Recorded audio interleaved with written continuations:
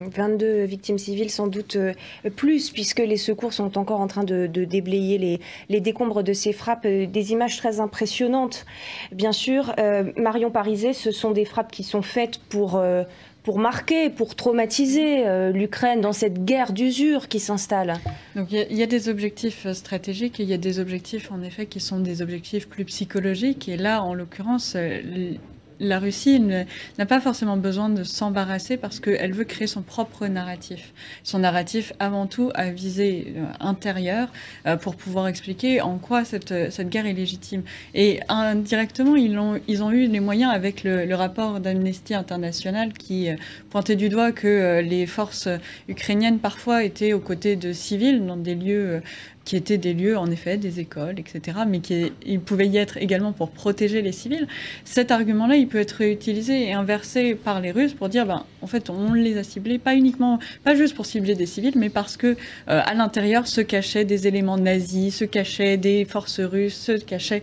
Et ils peuvent, grâce à ces éléments, pouvoir, au fur et à mesure, continuer à renforcer leur version de l'histoire. Et derrière... tout ce qui s'ensuit, c'est le renforcement de leur nouvel ordre, les nouvelles relations qu'ils essayent d'instaurer avec l'ensemble du monde. En ce moment où très récemment, il y a eu les Army Games en Russie, donc c'est des jeux militaires qui sont organisés. Il y a quand même 34 pays qui ont participé, dont un certain nombre de pays africains, une dizaine, ce qui montre bien qu'aujourd'hui, c'est toute une réorganisation qui est en train de se faire. Oui. Et ça passe également par des messages.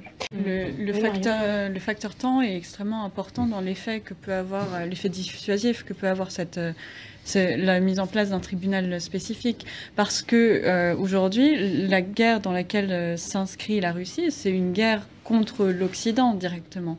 Et c'est une guerre pour instaurer un autre ordre mondial. Si un autre ordre mondial se met en place, l'organisation d'un tribunal ad hoc, certes, est bénéfique pour nous, mais n'aura pas forcément d'impact si l'Occident est tellement affaibli qu'il n'est pas en mesure de mettre en œuvre et d'appliquer les sanctions derrière.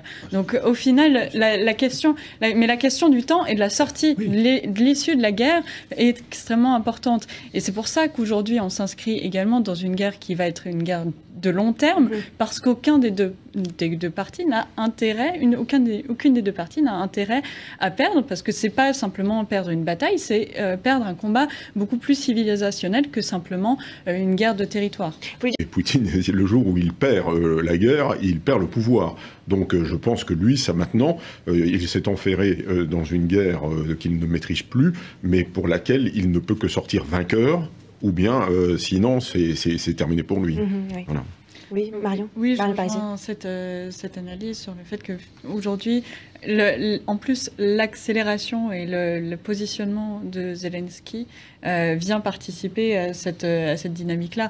Ce n'est absolument pas pour le critiquer dans ce qu'il fait, puisqu'il est tout à fait légitime, et au contraire, on doit saluer tout l'engagement qu'il porte pour défendre le peuple ukrainien, justement. Mais cette bascule qu'il a eue entre passer d'un discours qui était pro-ukrainien pour la défense de l'Ukraine à quelque chose de plus ciblé anti-russe, l'attentat qu'il y a eu en Russie, qui n'est pas bien sûr revendiqué par les Ukrainiens, mais que les Russes rejettent opportunément sur les Ukrainiens, vont monter ce fossé, vont creuser ce fossé qui existe aujourd'hui entre l'Ukraine et la Russie, avec une difficulté. C'est à partir de là, et c'est là la question, comment sortir de la guerre positivement, comment sortir de la guerre à court terme avec des négociations sur la paix quand chacun lutte pour sa survie en tant que peuple. Ça paraît très compliqué à court terme. Et les États-Unis, là-dedans, non. La Russie ne vit pas pour sa survie, c'est le régime qui... Oui, le régime vit pour sa survie. La Russie n'est pas envahie. Oui, bien sûr. Le régime lutte pour sa survie. Et d'ailleurs, les Américains l'ont bien compris, parce qu'eux continuent à mettre la pression. Et avec l'annonce qu'il y a eu hier de rajouter encore 3 milliards d'aides supplémentaires à l'Ukraine, on est bien dans un conflit qui qui va s'ancrer sur la durée. Le Royaume-Uni, Boris Johnson a porté cette nouvelle politique, c'est Global Britain.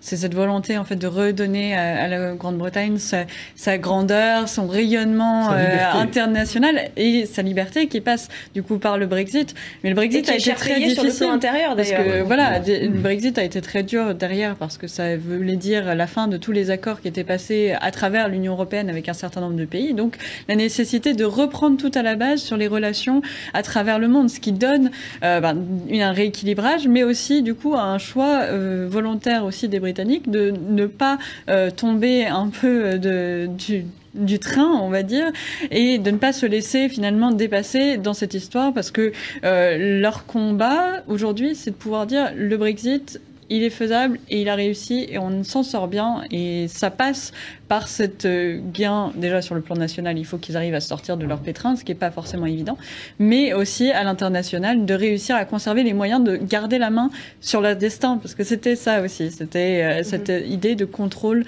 du destin britannique. Et alors, oui, Marion Parizet, sur ce point de l'aide, bon, la France en fait-elle assez ou en tout cas devrait-elle contribuer plus aujourd'hui à 6 mois de guerre, au 7e mois de guerre? Et Emmanuel Macron s'est positionné dès le départ sur plutôt la ligne médiatrice, en fait, de vouloir être l'interlocuteur de Vladimir Poutine, de tenter de faire un peu baisser la tension en Ukraine. Aujourd'hui, on a changé plus ou moins de positionnement puisque c'est plutôt la Turquie qui aujourd'hui a pris ce rôle de médiateur parce que entretenant des relations plus équilibrées entre la Turquie et entre l'Ukraine et la Russie, alors que la France, dans le cadre de l'Union européenne, finalement, c'est de toute façon et de manière tout à fait naturelle portée principalement du côté de l'Ukraine avant tout et en soutien.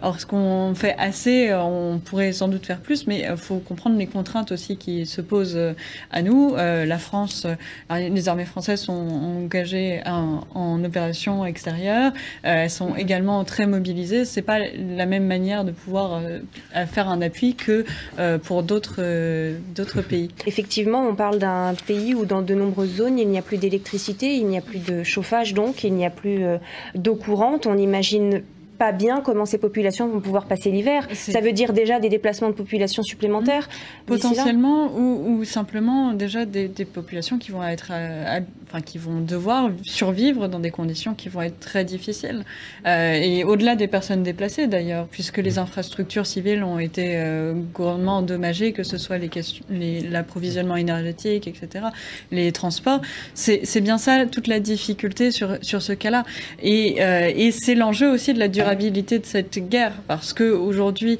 essayer de faire évoluer le rapport de force entre la Russie et l'Ukraine, c'est permettre potentiellement de pouvoir réinvestir des zones, de pouvoir commencer à avoir des reconstructions moins partielles pour pouvoir pour venir à ces besoins-là.